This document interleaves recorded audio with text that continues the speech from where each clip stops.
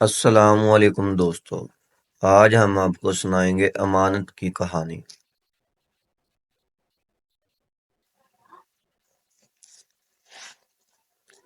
آج سے تقریباً 2 سال قبل میں ایک شادی میں شرکت کے بعد اپنے بیٹے کے ساتھ ٹرین میں کراچی سے لاہور آ رہا تھا۔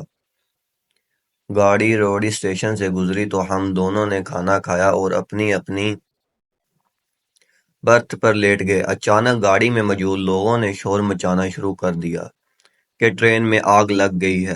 آگ انجن کے نزدیک 2 بوگیوں میں لگی تھی، مگر گاڑی ہوا کی رفتار سے جا رہی تھی، لہٰذا آگ کے شعلے بڑی تیزی سے دوسری بوگیوں کو اپنی لپیٹ میں لے رہے تھے۔ لوگوں نے زنجیر کھینچ کر گاڑی روکنے کی کوشش کی اور آخر گاڑی ایک زبردست جھٹکے کے ساتھ رک گئی۔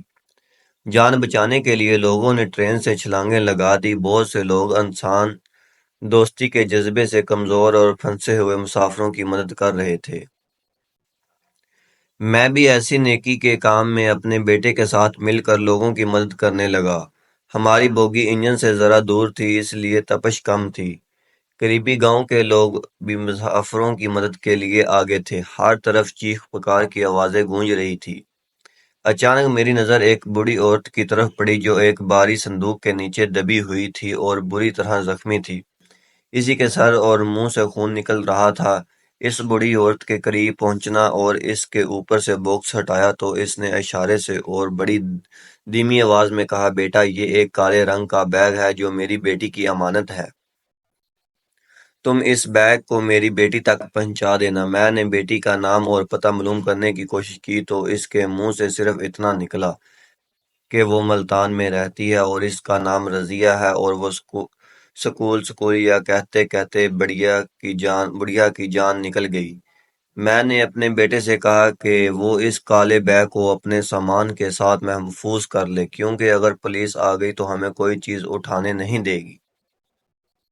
لہٰذا ہم نے وہ بیگ اپنے سامان کے ساتھ محفوظ کر لیا۔ گھر پہنچنے کے بعد بوڑھی عورت کی امانت کو اس کی لڑکی تک پہنچانا چاہا، مگر پتہ نہ مکمل تھا۔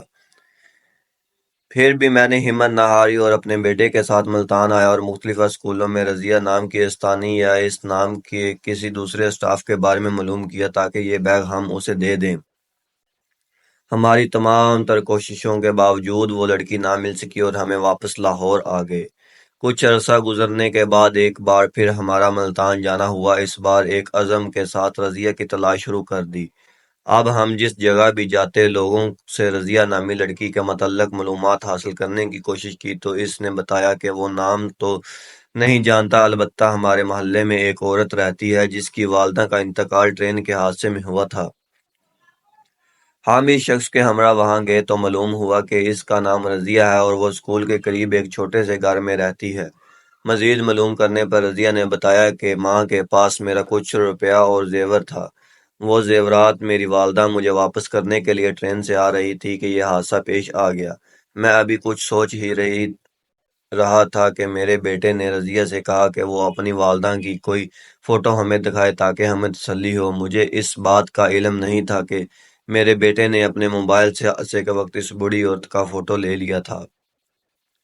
فوٹو دیکھ کر ہمیں تسلی ہو گئی، وہ بوڑھی عورت واقعی رضیہ کی ماں تھی۔ ہم نے کالے بیگ کو کھول کر نہیں دیکھا تھا، مگر جب رضیہ کی موجودگی میں ہم نے بیگ کھولا تو واقعی اس میں سونے کے زیورات کے علاوہ معقول نقدی بھی تھی۔ ہم نے وہ بیگ رضیہ کے حوالے کیا تو رضیہ کی آنکھوں میں خوشی اور غم سے آنسو تھے۔